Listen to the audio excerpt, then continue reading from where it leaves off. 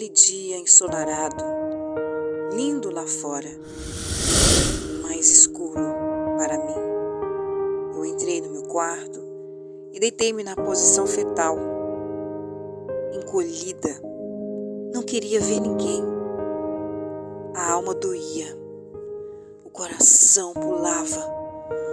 A minha vontade era de puxá-lo para fora, para ver se não sentia mais aquela dor insuportável que não encontrava remédio. Até em suicídio eu pensei. Ninguém me entendia, nem mesmo os meus pais ou amigos. Estava só. Aliás, eu e a tristeza da alma. Eu e o abatimento interior. A depressão. Algo inexplicável. Olá, gente! Tudo bem com vocês? Começamos com um depoimento fictício com base em diversos depoimentos reais de pessoas que viveram a depressão. Meu Deus, depressão! E aí, mana, tudo bem? Será que o cristão, ou aquele que serve a Deus, pode entrar em depressão? Olá, minha irmã, que susto, hein? Esse depoimento é forte. E a pergunta também é forte. Que bom que você está aqui, você que está acompanhando os Salmos entre Irmãs. Chegamos no capítulo 42. Se você chegou aqui hoje sem saber o que está acontecendo, nós estamos estudando Salmos e hoje chegamos no Salmo 42, onde a gente vai dar de cara com o mal do século XXI, que na verdade não é só um mal do século XXI, é um mal que tem perseguido as pessoas, a nossa humanidade. Nós somos pessoas compostas de corpo, alma e espírito, e a pergunta é se o crente pode ser danificado, algo pode afetar na alma do crente? Pode! Do cristão? Pode! Do discípulo? Pode! Porque somos humanos. E é muito bom refletir sobre isso, porque houve um estigma na geração passada que os cristãos não podiam sentir isso. E o que seria então de Elias? Elias não era um servo de Deus? Charles Spurgeon, o príncipe dos pregadores, ele viveu grande parte da sua vida sentindo depressão, com altos e baixos, e era uma montanha-russa dentro da alma dele, assim como eu também. É a vida, e nós vamos aprender muito com o Salmo 42. Tenho certeza que vai marcar a nossa vida. Deus abençoe. Muito se fala sobre a depressão nessa nossa sociedade moderna e atual, mas não é para menos não, gente. Cerca de 16% da população mundial já sofreu com essa depressão, pelo menos uma vez na vida. E os estudos iniciaram, sabe quando? Em 1920. Já naquela época foi reportado que a maioria das mulheres possuíam esses sentimentos, mais melancólicos que geravam a depressão, muito mais que os homens. Segundo a Organização Mundial de Saúde, o Brasil está num dos maiores índices da América Latina de pessoas depressivas, ficando em primeiro lugar a América, os Estados Unidos, e o Brasil em segundo lugar. Sim, a gente precisa também alertar que com a depressão vem junto a ansiedade, estão associadas na verdade, E o Brasil, na questão da ansiedade, transtornos de ansiedade, está em primeiro lugar. Meu Deus! Agora vocês fiquem pasmos aí. O suicídio. Muitas vezes provocado por causa da depressão. O Brasil está chegando aí nos primeiros lugares, principalmente entre jovens de 15 a 29 anos. Infelizmente, alguns acham que a pessoa depressiva ela está com frescura. Sim, uma palavra muito usada. Corriqueira. Essa pessoa está com frescura. É coisa de gente despreocupada, é coisa de gente que não ora, é coisa de gente que não tem muita fé, crente que é crente não tem depressão, e se tem depressão é porque está em pecado. Isso é lamentável. A pessoa depressiva é algo de comentários, de preconceitos e já está vivendo numa situação tão triste e ainda sofre os preconceitos da sociedade, principalmente de muitos cristãos. Só que a depressão é uma doença psiquiátrica, sim, que produz sentimentos de tristeza, de desânimo, desesperança, desencanto e pode também levar ao suicídio. A psicóloga Kátia Regina, psicóloga cristã, compara essa doença da alma com uma experiência de uma pessoa passando no túnel escuro e longo. Sim.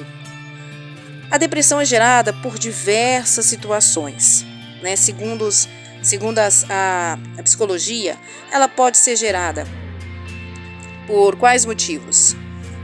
Situações de preocupações extremas, medo, insegurança, perdas, histórico familiar, transtorno psiquiátrico, estresse crônico, ansiedade, disfunções hormonais, aquelas mulheres, né, que entram no período da menopausa, ou a depressão pós-parto por causa dos hormônios, excesso de peso, vícios, quaisquer vício, uso excessivo das redes sociais. Sabia que traz depressão, gente, ficar muito tempo nas redes sociais? Pois é. Traumas físicos, psicológicos, pancadas na cabeça, separação conjugal, enfim. São inúmeras as situações que podem levar uma pessoa à depressão. São mazelas da alma, né, que estão ali retidas e aflige a humanidade de forma geral. E este problema do abatimento da alma, da melancolia, da depressão, não é um problema de hoje, como já comentamos. A questão é que o número está se aumentando de forma assustadora. E se nós formos observar na Bíblia, sim, diversas pessoas bíblicas, né, personagens bíblicos, tanto homens como mulheres, viveram este momento de depressão. Nós temos Elias, sim, ele ali venceu as fúrias, né, de Jezabel e do rei Acabe, mas depois entrou em depressão. E Ana, e lá no livro de 1 Samuel capítulo 1, você vai ver ali pelo menos 8 palavras relacionadas a uma pessoa depressiva. Jesus. Alguns dizem que aquela agonia que Jesus teve lá na sua alma, quando ele disse: aparta-te de mim esse cálice, ele estava com a agonia da alma, a melancolia, uma profunda tristeza. Então, pessoas, servos do Senhor, sentiram e sentem depressão. Alguns perguntam: e podem usar medicamento? Sim. É necessário buscar, sim, auxílio de psiquiatra, psicólogo, de neuros, né, uso medicamentosa, tudo isso auxilia, claro. Mas eu quero trazer você aqui agora para os Salmos 42 e 43, porque eles são ligados, conexão aqui em um com o outro. Foi escrito por alguém. Lá no início da sua Bíblia está escrito assim: filhos de Corá. Provavelmente foram pelos filhos de Corá. Tem muitos que falam que foi escrito por Davi, mas, né, conforme a gente vai estudando, a gente observa que alguém, um salmista, que estava com a sua alma abatida e perturbada, escreveu a situação de passar pelo túnel escuro. Hoje eu convido você a aprender com esse salmista, que hoje nos ensina o segredo para vencer a depressão. Provavelmente nós vamos, no capítulo 42, descrever algumas situações que levaram esse salmista à depressão. E no capítulo 43, que é o próximo áudio, você não pode perder, nós vamos falar sobre a cura, a restauração da alma. Em 1648, o pastor William Blatt, preocupado com o estado da alma abatida dos seus membros, pregou uma série de sermões, 11 sermões mais ou menos, todos com base no capítulo 42 e 43. Percebam que a preocupação com o abatimento da alma, principalmente dos líderes, pastores, não é de agora. 1648 ele já estava aqui tentando trazer palavras, né? E no seu livro, que foi escrito depois, o tema do livro é assim: ânimo para os abatidos. Ele já estava ali preocupado porque já existia esse abatimento espiritual, esse abatimento da alma. Depois de 300 anos, em 1965, o pastor britânico também elaborou sermões para que pudesse auxiliar as pessoas que estavam ali com a alma abatida, também com base no Salmos 42.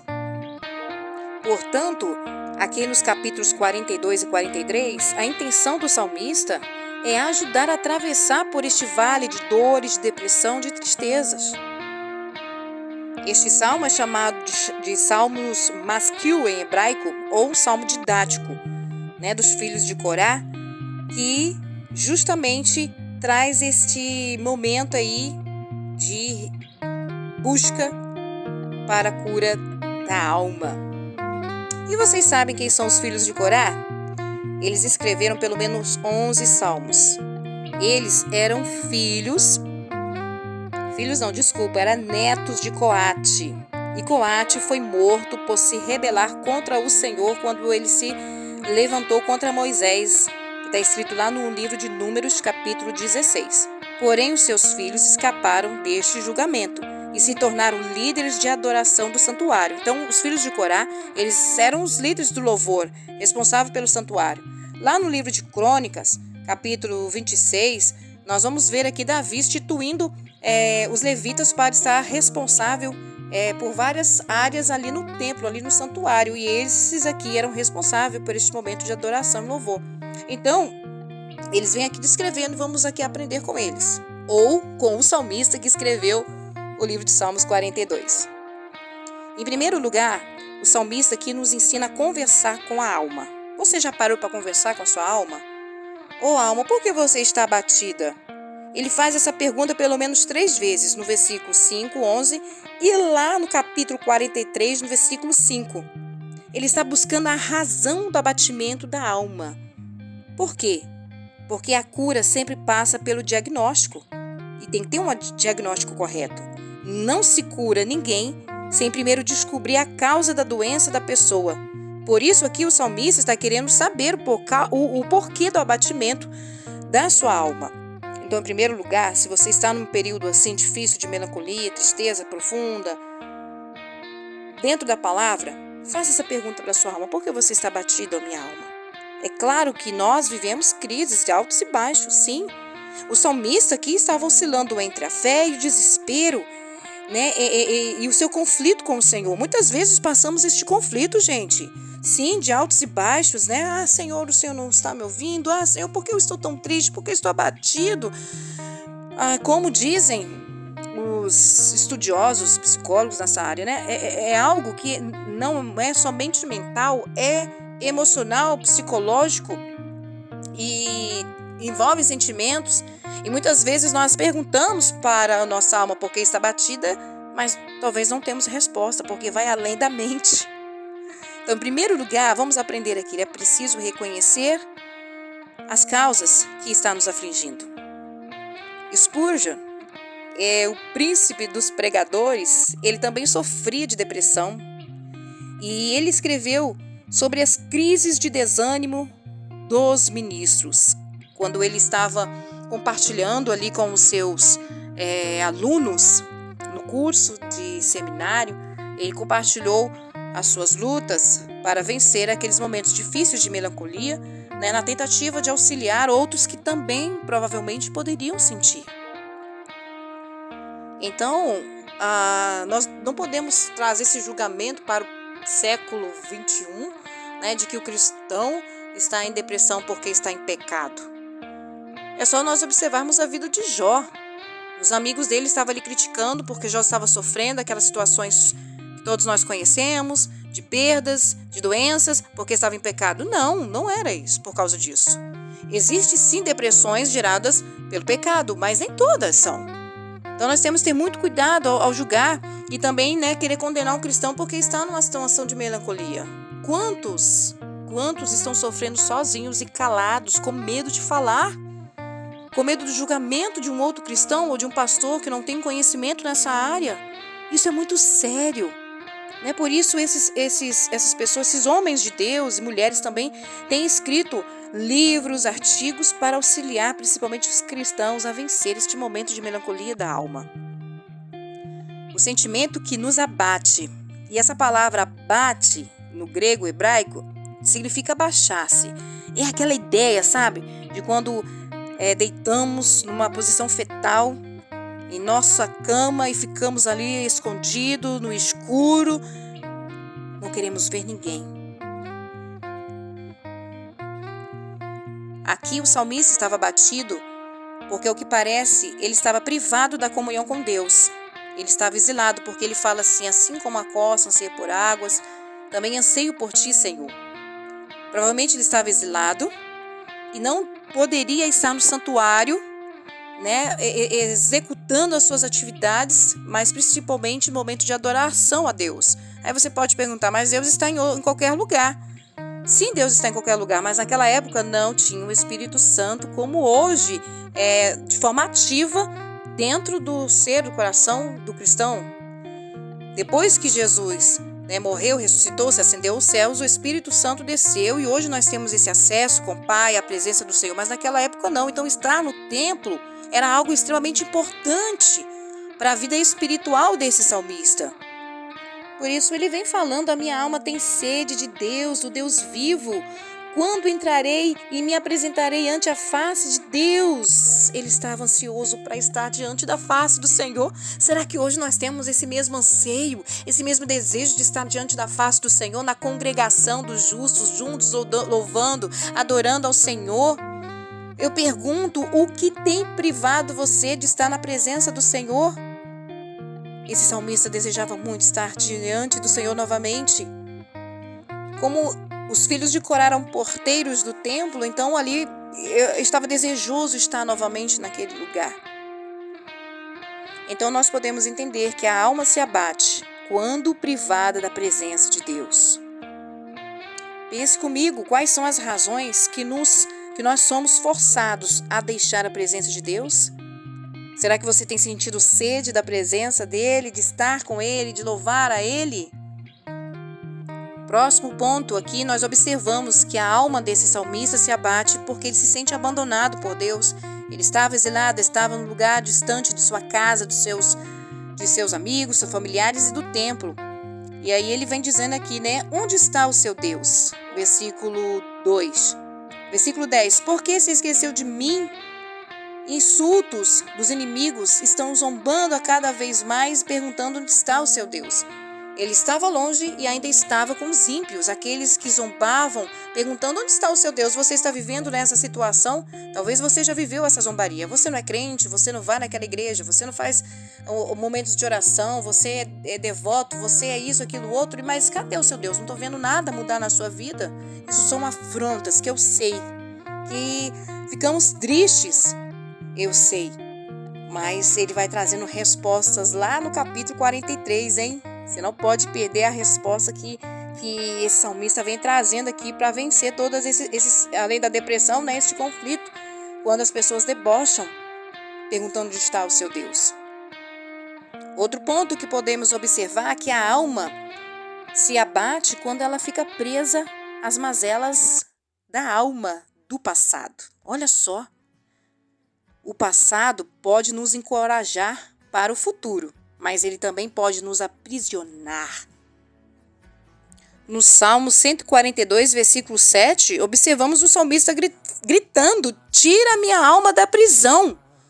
Então, quando ficamos presos ao passado com memórias, mazelas da alma que trazem sofrimentos, aqueles que provavelmente te abusou, te ofendeu, te humilhou, você vem trazendo à memória todas as situações difíceis, você não vai conseguir romper com o seu presente, muito menos com o seu futuro, porque você está preso.